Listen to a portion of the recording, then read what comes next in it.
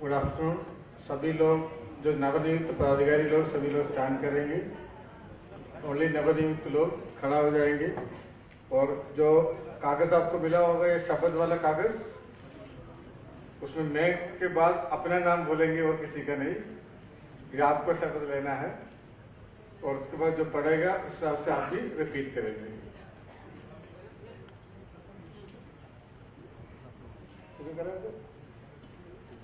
Okay.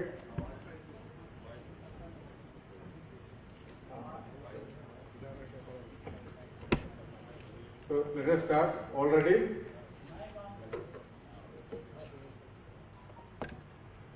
अपना भी mic on कर लीजिए।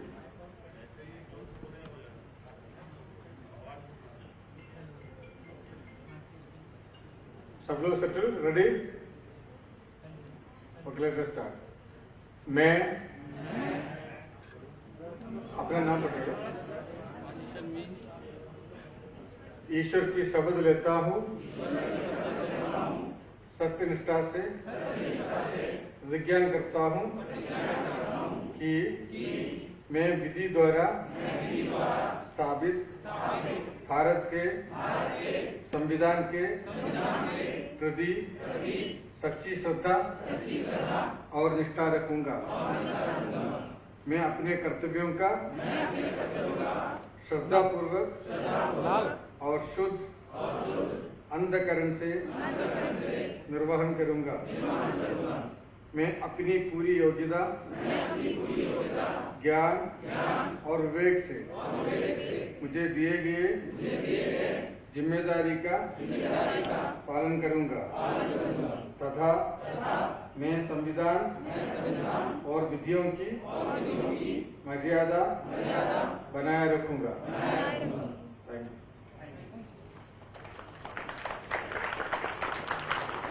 बहुत बहुत धन्यवाद सर। बहुजन हिताय बहुजन सुखाय सर्वे भवन्तु सुखिनो लोका समस्ता सुखिनो भवन्तु। इसी संकल्प वाक्य को अपने कर्म में परिलक्षित करते हैं माननीय मुख्यमंत्री महोदय झारखंड श्री हेमंत सोरेन जी। और हम खुशनसीब हैं कि हमें ऐसे मुख्यमंत्री का साथ मिल रहा है। बहुत भाग्यशाली हैं। कर्मठ व्यवहारिक किसानों की उन्नति के लिए किसान बनकर चिंतन करते हैं आप, उनके लिए योजनाएं बनाते हैं। युवा एवं यशस्वी माननीय मुख्यमंत्री झारखंड श्री हेमंत सोरेन सर, आपको सादर आमंत्रित करती हूँ आज के समारोह में आपके संबोधन, मार्गदर्शन एवं शुभकामनाओं के लिए।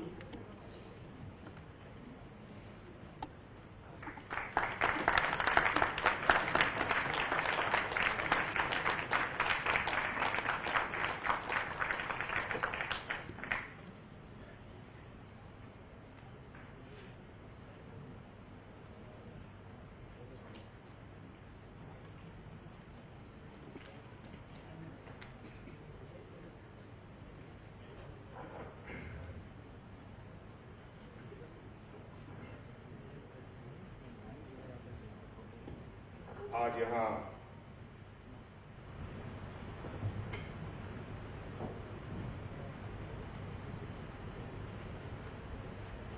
प्रोजेक्ट भवन के इस सभागार में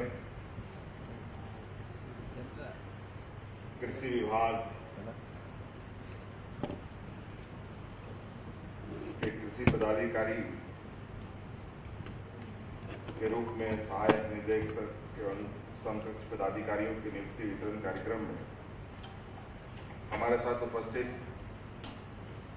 विभागीय मंत्री बादल पत्रलेख जी, उपस्थित यहाँ हमारे विधायकगण, यहाँ उपस्थित राज्य के मुख्य सचिव सुखदेव सिंह जी, हमारे प्रधान सचिव एवं विभाग के मुख्यमंत्री कृषि विभाग के प्रधान सचिव एवं उस विभाग के सभी पदाधिकारीगण और उपस्थित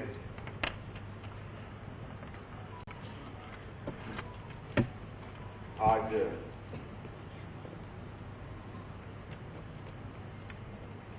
बड़े पैमाने पर कृषि सेवा में अपनी योगदान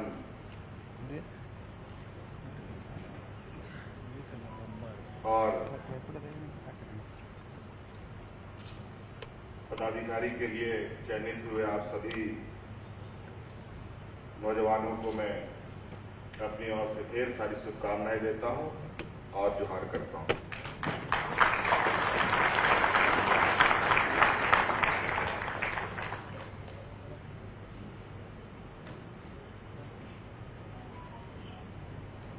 बहुत सारी बातें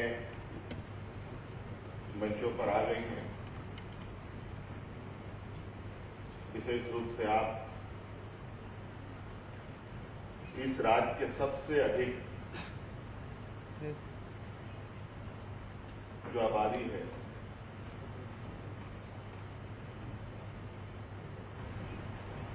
जो किसान भाई हैं, खेती बाड़ी करने वाले लोग हैं, उनकी और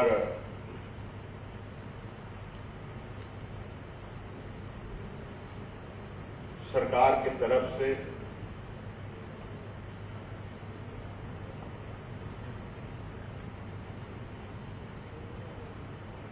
उन सभी किसानों को आपके माध्यम से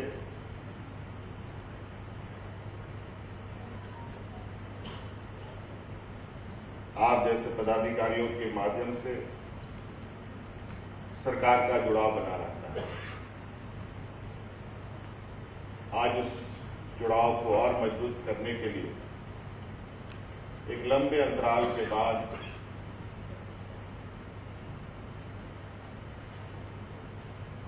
ये नियुक्तियां हुई हैं। मुझे लगता है कि जितने वर्ष के बाद यहां नियुक्ति हुई है, उस वर्ष से भी कई लोग मुझे दिखने से लगे हैं कि मुझे लगता है कि कई लोग 29-30 साल के भी होंगे और 32 साल में ये नियुक्ति हो गई। चलिए, देर से ही सही, राज अलग हुए हमारे 20 साल हो गए हैं और इस राज्य की जनमानस जो जीवन यापन करती है, अधिकतर खेती बाड़ी से ही जीवन यापन करती है। इसलिए सरकार के लिए ये विभाग अत्यंत महत्वपूर्ण विभागों में से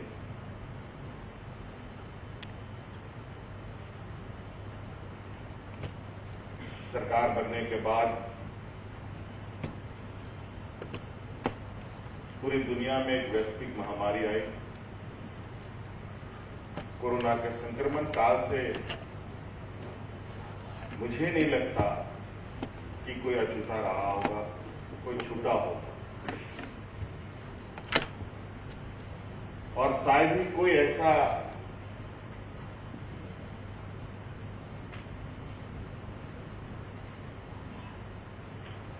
प्रतिष्ठान है जो कोरोना से प्रभावित नहीं रहा।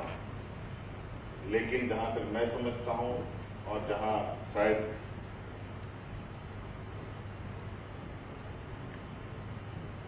कुछ हद तक सही भी है कि कृषि एक ऐसा क्षेत्र था जहां इस वैश्विक महामारी में आम लोगों को राहत देने का अनवरत प्रयास चलता है। सारी व्यावसायिक प्रतिष्ठानें हिल गई, कई कंपनी बंद हो गए, कई लोग बेरोजगार हो गए, और यही एक क्षेत्र है जहां पर लोगों को आश्रय मिला, चाहे वो मनरेगा योजना के तहत हो, चाहे कृषि से जुड़ी कई विभिन्न योजनाओं से हो। तो आप अंदाजा लगा सकते हैं कि मानव सभ्यता चाहे वो कितना भी आज के इस भौतिकवादी युग में आगे निकल जाए।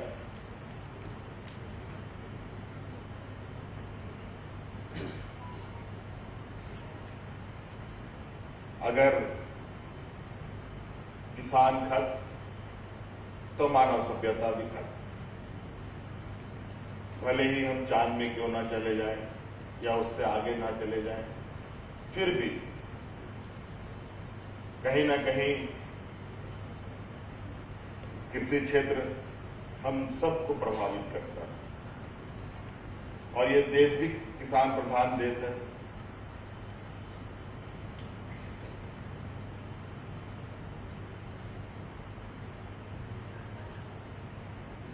सरकार बनने के बाद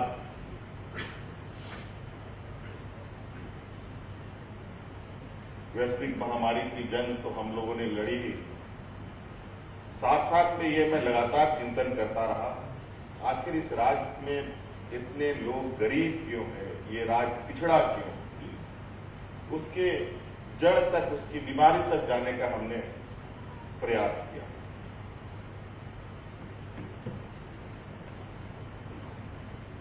अनेकों विभाग में,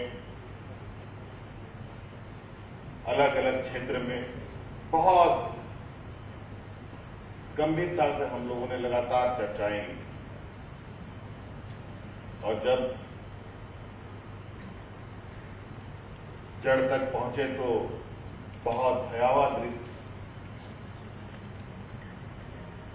खाली ऊपर हरा भरा है, अंदर फिर बिल्कुल खोखला,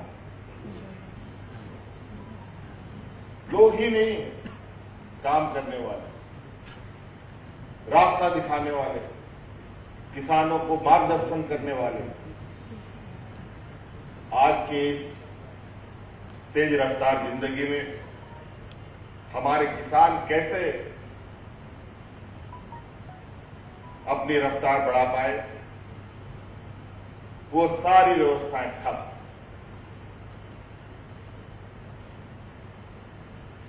और हम किसानों को खरी खोटी सुनाते हैं।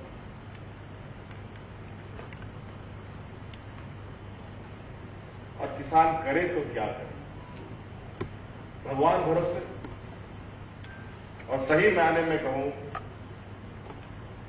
इस राज्य का हो या देश का हो,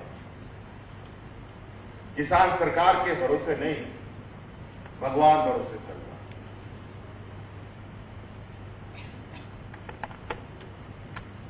अगर भगवान भरोसे चल रहा है तो ये कृषि विभाग की आवश्यकता क्यों सरकार कृषि विभाग चलाए? बंद कर देना चाहिए।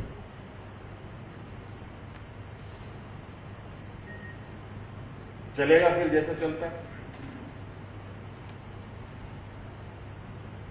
जो सका वो रहेगा, जो नहीं सका खत्म हो जाएगा। आपने सुना हो, आप लोग एग्जाम की तैयारी करते हैं तो बहुत बृहद पैमाने में चीजों को पढ़ते हैं, कौन सा पता नहीं कैसे सवाल पूछे जाए। तो उस पढ़ाई के क्रम में जरूर आपने सुना होगा कि इस देश का ऐसा भी दौर रहा है जहां किसानों ने आत्महत्याएं की।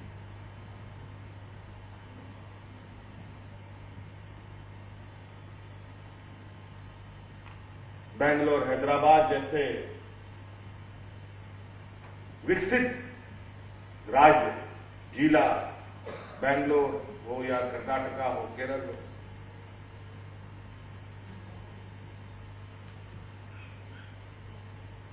हैदराबाद, बेंगलोर में तो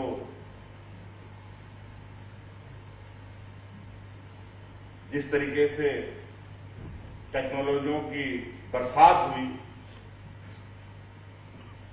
मानो आसमान से नौकरियां टपक रही। बड़े पैमाने पर नए नए तकनीक के सॉफ्टवेयर कंपनी वहां आकर अपना एक नया क्रांति ला रहे थे।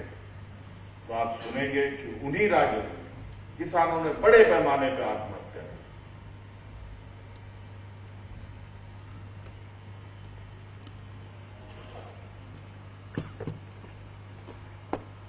इसलिए कृषि का कोई सब्स्टिट्यूट्स नहीं। अगर हमें जीना है तो अनाजों पर ही जीना है। ना हम रुपया खा सकते हैं, ना सिक्का खा सकते हैं, ना सोना खा सकते हैं, ना चांदी खा सकते हैं।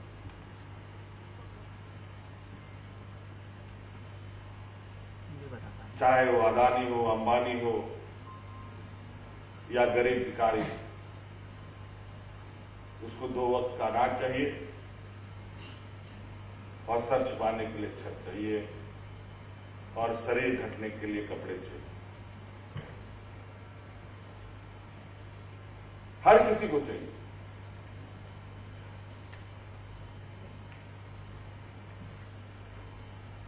तो इसमें पहला नंबर में निश्चित रूप से किसानों को हमें सम्मान पूर्वक देखना चाहिए। किसानों को वर्तमान समय में कैसे उन्नत किसान बने, इसके निरंतर प्रयास करने चाहिए। और मैं समझता हूं कि झारखंड जैसा प्रदेश, जहां मैं कृषि से जुड़ी चीजों को देखता हूं, तो ये प्रदेश एक ऐसा प्रदेश, ज्योग्राफिकल कंडीशन इसका है, पता नहीं क्या हो गया इसको, या हमारी इच्छा शक्ति नहीं थी, या सरकार की नीतियों ने इसको खत्म कर दिया। मुझे लगता है कि इस देश में कोई ऐसा उपज नहीं है जो इस राज्य में ना होता। यहां चाय पत्ती की भी खेती होती थी, यहां उठ के चला गया इधर पहाड़ी क्षेत्रों में, असम, सिलीगुड़ी, बंगाल, इन सब क्षेत्रों में। इस क्षेत्र में कॉफी की खेती होती थी, वो उठ के चला गया उधर बैंगलोर, उधर कहां कहां, 3 अलग अलग राज्य। क्यों क्यों नहीं ये बचा?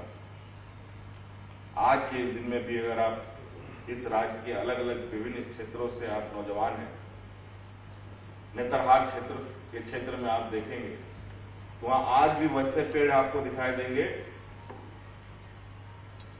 जो बर्फीले क्षेत्रों में वो पेड़ पौधे पाए जाते हैं। कैसे यहां? इसका मतलब यहां की मिट्टी में वो ताकत है जो हर तरीके के फसल को उगा सकता है।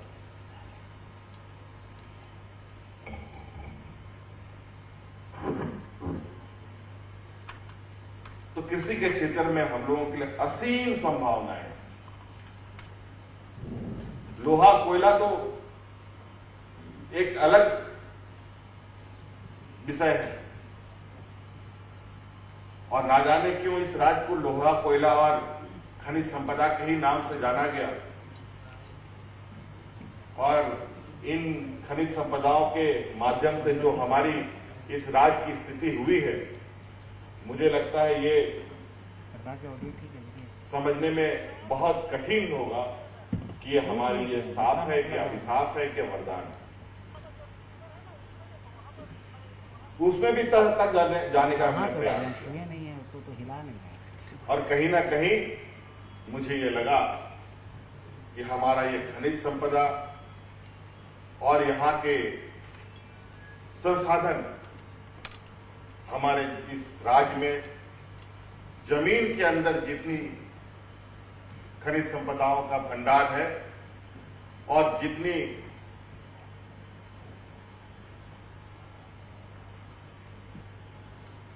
अलग अलग किस्म की संपदाएं हैं, जिसको लेकर आए दिन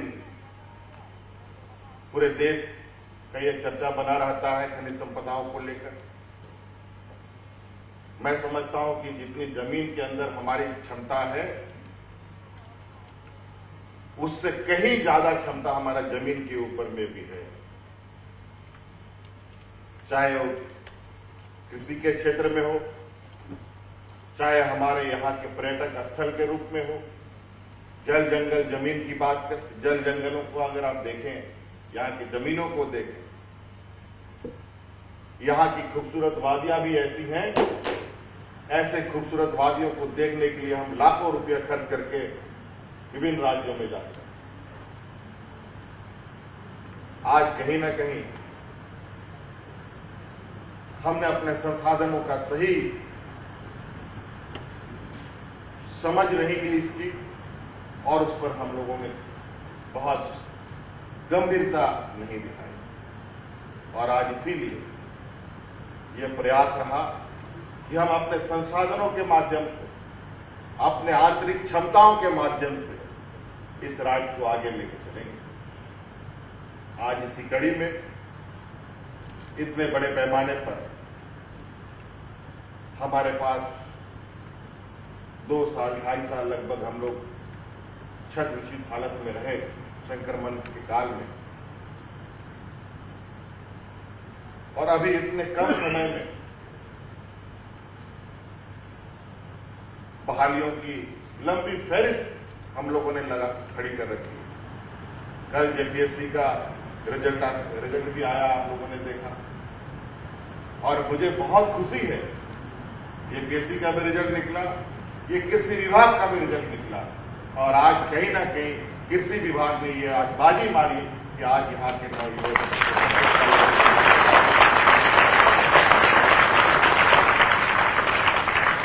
और ऐसे वर्ग को हम प्रधान नियुक्ति दे रहे हैं जो आज हमारे ग्रामीण क्षेत्र के लोगों के साथ सीधा इनका जुड़ाव है। और हम चाहेंगे, हम तो हमारी पृष्ठभूमि भी इसी खेती बाड़ी से है। कुछ मॉडल तो मैं आपको दिखाऊंगा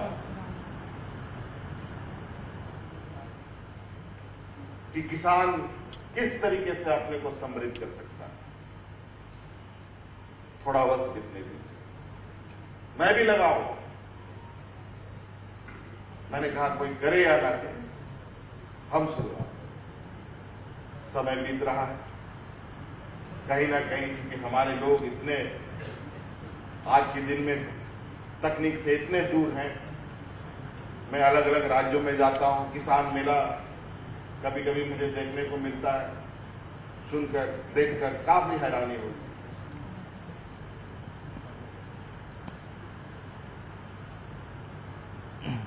और नए सिरे से हम लोग अब पूरी व्यवस्था को रीस्ट्रक्चर करके आगे बढ़ रहे हैं। नियुक्तियां नहीं, नियुक्तियां होगी भी कहां से, नियमावली ही नहीं बनी कितने वर्षों।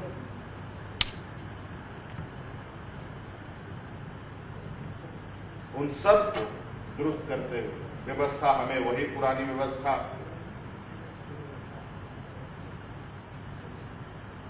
जो संवैधानिक तरीके हैं उस हिसाब से चलानी पड़ती है।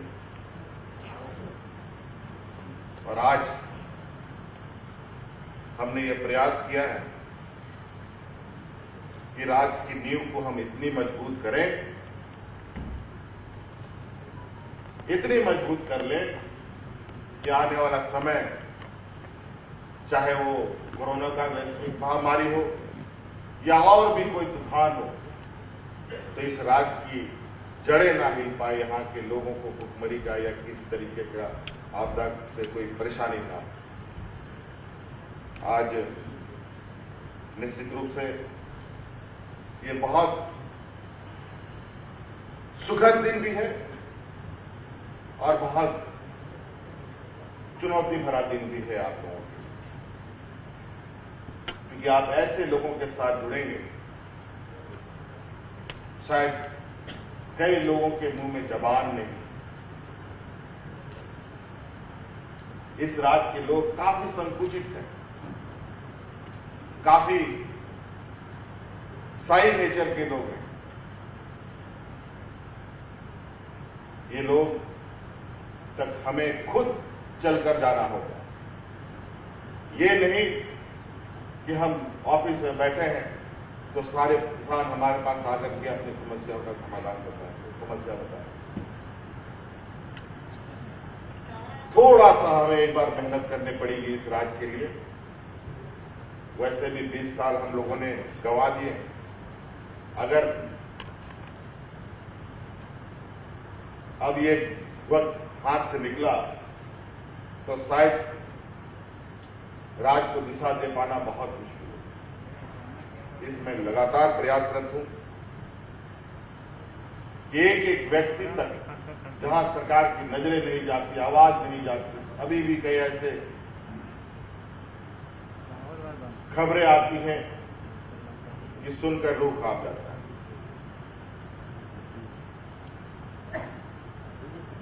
आज इसीलिए आज के बाद आप लोगों की ट्रेनिंग होनी है और आप लोगों के लिए भी हर संसाधन हम उपलब्ध कराने के लिए तत्पर हैं, संकल्पित हैं, ताकि आप भी अपना काम बेहतर ढंग से कर सकें और परिणाम दिखा पाएं। आपकी अभी ट्रेनिंग शुरू होनी है और मुझे लगता है ये ट्रेनिंग आप लोगों के लिए एक मील का पत्थर होना चाहिए, क्योंकि प्रशिक्षण निश्चित रूप से आपके आने वाले समय के लिए बहुत महत्वपूर्ण भूमिका निभाती है। नहीं तो आमतौर पर आप देखते हैं पदाधिकारी बड़ा बाबू और किरानी जैसे लोगों पर ही निर्भर हो जाते हैं। फिर आपका आत्मविश्वास जिस उद्देश्य और जिस उत्साह के साथ आए उस सब का कोई मायने नहीं। मैं समझता हूं कि आप बड़ा बाबू और किरानियों के भरोसे ना रहें, आप नित नए ऊंचाइयों को छुएं और आपका दायरा तो इतना है जिसका कोई लिमिट नहीं। मैं समझता हूं हम जैसे जैसे आगे भौतिकवादी युग और विकासशील रास्ते की ओर सफर कर रहे हैं, कहीं ना कहीं हम अपने पूर्वजों से परंपरागत व्यवस्था को खत्म करते हुए मूल चीजों को छोड़ते हुए आगे बढ़ रहे हैं, जिसका खामियाजा हमको आने वाला दिन में निश्चित रूप से देखने के लिए मिलेगा। आज ग्लोबल वार्मिंग का मतलब क्या है? सारे जंगल खत्म, सारी नदियां सूख गई, सारे तालाब खत्म। तो निश्चित रूप से रांची के नौजवान काफी लोग जानते होंगे, मैं तो यहां जब रांची कदम रखा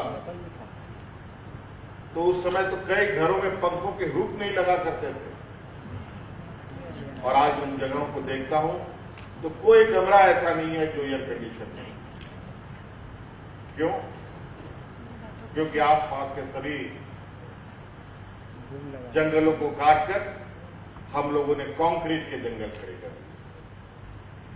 हमें पेड़ पौधों से ज्यादा प्यारा अब लोहा, गिट्टी और छड़े लगने लगे। ये बहुत दुर्गामी परिणाम की ओर हम आगे बढ़ रहे हैं। हमारे पिताजी कहा करते थे, मेरे कानों में वो बात आज भी गूंजती है।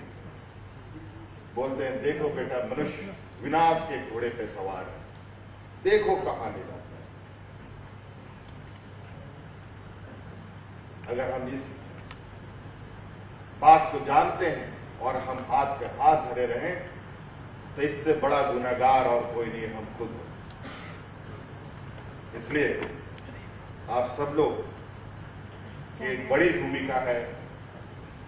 किसान सिर्फ अनाज ही नहीं, इस मानव सभ्यता के जीवन चक्र की एक ऐसी कड़ी है जिसको ये संतुलन बनाए रखता है। गांव में एक समय जब हम लोग बचपन में थे तो गांव में जानवरों का अंबार लगा रहता था।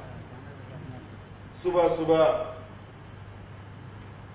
हर घर से गाय, बकरी, सूअर, मुर्गी सब चरने के लिए निकलता था, और शाम को जब लौटता था, जब उसका हुजूम आता था जो आदमी जहां खड़ा है या घर के अंदर है तो उस गांव के गलियारे में चल नहीं सकता था, इतने जानवर हुआ करते थे। और आज सरकार को पशुधन योजना चलाना पड़ रहा है, कितना दुर्भाग्य।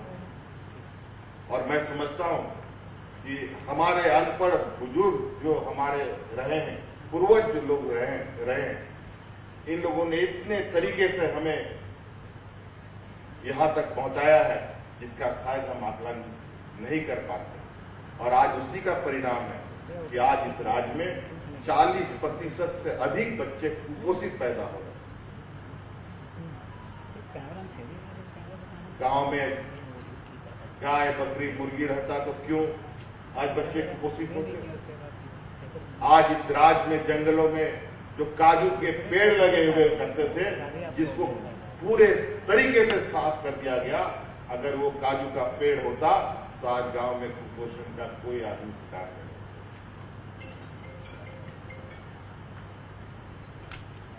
तो कई चीजें हैं, हम लोग तो पॉलिटिकल लोग हैं, और आज के दिन में भी मैं कई पदाधिकारियों को देखता हूं जिसको जानकारी का बहुत जानकारी नहीं। कुछ लोग हैं जरूर इसमें जो लोग बहुत मेहनत भी करते हैं, लेकिन वही बड़ा बाबू छोटा बाबू के चक्कर में सारा काम खत्म, वहीं तक सीमित है। इसलिए आप सब लोगों को जरूरी है कि आप खुद से इस बात को सीखें, नहीं तो सारी चीजें सारे एक दूसरे से जुड़ी हुई कड़ी हैं। हम सब एक भी कहीं कोई चीजें बिखरती है तो उसका असर पूरी व्यवस्था पर। अब विडंबना देखिए, कहीं कुछ गड़बड़िया जिला में होता है, प्रखंड में होता है, पंचायत में होता है, तो खामियाजा भुगतना पड़ता है जो सबसे ऊपर बैठा हुआ व्यक्ति। उन सब लोगों को खामियाजा भुगतना पड़ता है। इसीलिए ऐसी खामियाजा आपको भी भुगतना पड़ेगा अगर आपने ये जो ट्रेनिंग है और जो आज हम लोगों ने शपथ लिया है उसका सही हम लोग अनुसरण ना करें। आज पहले मुझे लगता है राज गठन के बाद छोटे बड़े नियुक्तियां हुई होंगी। हमने कहा इस बार नियुक्ति नहीं, शपथ ग्रहण के साथ नियुक्ति करेंगे ताकि हम सब लोग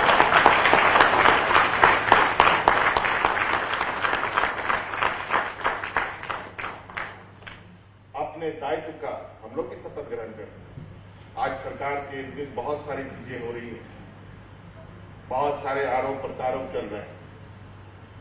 हमने भी कुछ चलते चलते सीखा, अभी और भी सीखना बाकी है। कुछ लोग जो हैं सीख के आते हैं, कुछ लोग बताना भी नहीं चाहते। कोई बात नहीं, उससे घबराने की आवश्यकता नहीं है। इसलिए इस राज्य के लिए, हम सब के लिए बहुत बड़ी चुनौतियां हैं, बहुत सारी चुनौतियां हैं। आज हम लोगों को आगे बढ़ने से कोई नहीं रोक सकता, अगर बशर्ते इस राज्य की व्यवस्था को हम बिल्कुल मजबूती प्रदान करें। मैंने तो कहा कि हम जब इस समस्या के जड़ तक गए तो ऐसी ऐसी चीजें हमें देखने को मिली। मैं बिल्कुल चिंतित हो गया कि अब इतनी बड़ी गैप को कैसे हम इतने सीमित समय काल में पूरा कर सकते। और उसमें भी बहुत सारे ऐसे हैं कि रोड़ा लगने में लगाने वाले लोगों का भी संख्या उसी रफ्तार से इस राज्य में। आप किस्मत वाले हैं कि आप लोग को नियुक्ति पत्र मिल गई, पता चलता है कि कोई कोर्ट कचहरी सीबीआई ईडी पीडी में लगा हुआ है और वहां से भी कुछ न कुछ आदेश आ रहे। लेकिन हमारी प्रयास है कि आप सब लोग ठीक ठाक से काम करें, लेकिन हम लोगों को रुकना नहीं है, चलते जाना है और अपने लक्ष्य को हासिल करना है। इसलिए शायद मैं बहुत आप लोगों का समय ले चुका। आप चाहते हैं कि आप हम लोग समय काम करने में ज़्यादा बिताएं, और आप लोगों के लिए जो ATI में ट्रेनिंग सेंटर है, शायद मेरे घर के बगल में ही आप लोगों का ट्रेनिंग सेंटर भी है। आप लोगों के लिए भी एक बेहतर ट्रेनिंग सेंटर बनाने का हम लोगों ने कार्य प्रारंभ कर दिया। शायद मुझे लगता है कि वो शुरू भी हो चुका है कि आप सहपरिवार एक ऐसा आपको ना लगे कि नहीं यहां नहीं रहा जा सकता है, वहां नहीं, बिल्कुल आपके जो ट्रेनिंग का पीरियड है और ट्रेनिंग का जो स्पेस है वो ऐसा होना चाहिए जहां आप हर चीज को बहुत बेहतर तरीके से समझ सकें, और वहां का वातावरण भी बिल्कुल आपके लिए उस तरीके से उपलब्ध हो। क्योंकि हमने बहुत सारे जगहों को, बहुत सारी चीजों को हमने देखा है कि लोग काम करते करते थोड़ा सा उब सा जाते हैं। तो उन कंपनियों में कई सारे जगहों पर लोगों ने ऐसी व्यवस्था कर दी कि ऑफिस में काम कर रहा है, कि बाजार में काम कर रहा है, कि घर में काम कर रहा है, हमेशा एनर्जेटिक लोग रहते हैं और पूरे लगन के साथ काम करते हैं। और सब राज्यों में इतने तेजी से लोग कैसे काम करते हैं, दूसरे देशों में इतनी चीजें कैसे गतिशील रहती हैं, हर चीज में इतनी क्यों लोग बोलते हैं कि वहां ये अच्छा है, वहां ये बहुत बढ़िया है। आखिर वो भी तो इंसान ही कर रहा है, तो हमें भी वैसे ही अपना सोच बढ़ाना होगा। सोच को में थोड़ा तेजी और बदलाव भी लाने की आवश्यकता होगी। सिविक सेंस को लोगों को उससे जोड़ना होगा। तो इसलिए मेरी ओर से बहुत बहुत शुभकामनाएं आप सब लोगों को, ताकि हम समझ चाहते हैं कि इस राज्य में जो हमारा कोयला लोहा जिस तरीके से पूरे देश में अलग पहचान बनाता है, किसी के क्षेत्र में भी इस राज्य को हम अलग पहचान दें, इस लक्ष्य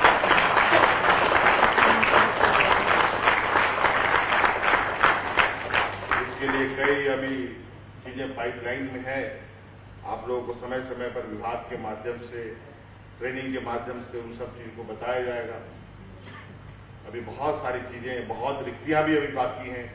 रिक्तियों के बारे में सचिव महोदय ने बताया कितने बड़े पैमाने पर रिक्तियां बाकी हैं।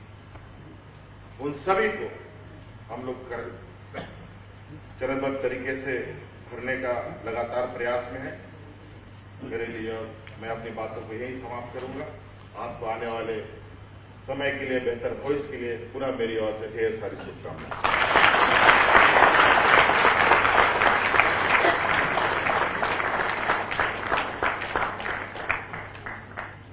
हृदय तल से बहुत बहुत धन्यवाद।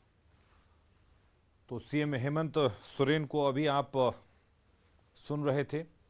कृषि सेवा संवर्ग में 32 साल बाद नियुक्ति हुई है। 129 नियुक्ति पत्र दिए गए हैं, यानी कि 129 पदाधिकारियों को नियुक्ति पत्र दिया गया है।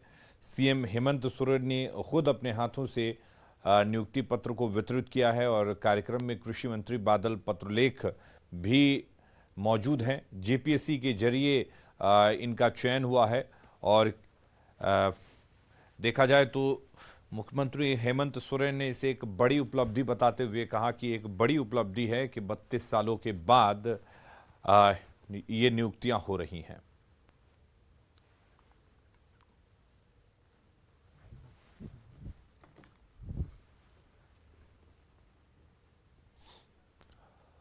और इस वक्त रुक करेंगे एक